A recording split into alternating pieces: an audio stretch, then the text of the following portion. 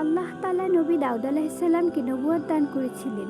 তিনি ছিলেন একজন নবী এবং একই সঙ্গে একজন ন্যায়পরায়ণ শাসক।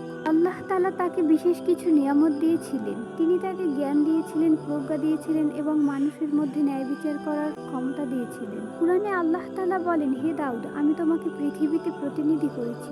অতএব তুমি মানুষের মধ্যে সত্য ও ন্যায়ের সঙ্গে বিচার করো। অতএব দাউদ আলাইহিসসালামের সবচেয়ে বড় দায়িত্বগুলোর একটি ছিল মানুষের মধ্যে ন্যায় বিচার প্রতিষ্ঠা করা। একদিন তিনি ইবাদতের জন্য নির্জনে ছিলেন। হঠাৎ এমন এক ঘটনা ঘটল যা তাকে বিস্মিত করে। দুইজন ব্যক্তি তার কাছে উপস্থিত হলো। কুরআন বলে তারা হঠাৎ তার কাছে উপস্থিত হয়েছিল। দাউদ আলাইহিসসালাম তাদের দেখে ভীত হয়ে পড়লেন। তারা বলল, ভয় করবেন না, আমরা দুজন বিবাদকারী। আমাদের একজন অন্যজনের উপর জুলুম করেছে।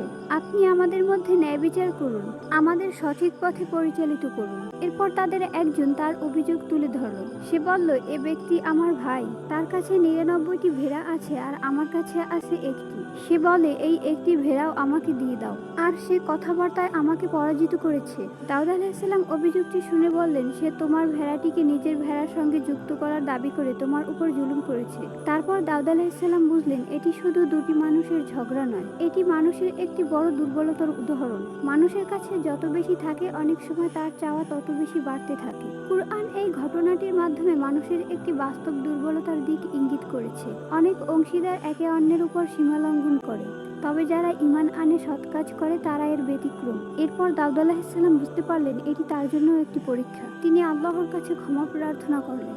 আল্লাহ তার তওবা কবুল করলেন। তারপর আল্লাহ তাকে আবারও সেই গুরুত্বপূর্ণ দায়িত্বের কথা স্মরণ করিয়ে দিলেন।